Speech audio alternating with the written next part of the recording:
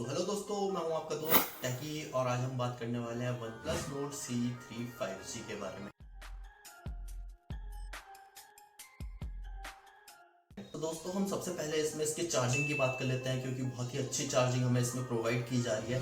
80 वाट का super VOOC adapter है जो कि आपके फोन को 0 से 61% तक चार्ज कर देगा सिर्फ 15 मिनट में। तो हम इसके बॉक्स से स्टार्ट करें तो हमें इसमें देखने को मिल जाता है SIM ejector tool, back cover, 80 वाट का अडेप्टर और सी टाइप की केबल। अगर अब बात करें इस फोन के कैमरास की तो फ्रंट में हमें मिल रहा है 8 मेगापिक्सल का सेल्फी कैमरा।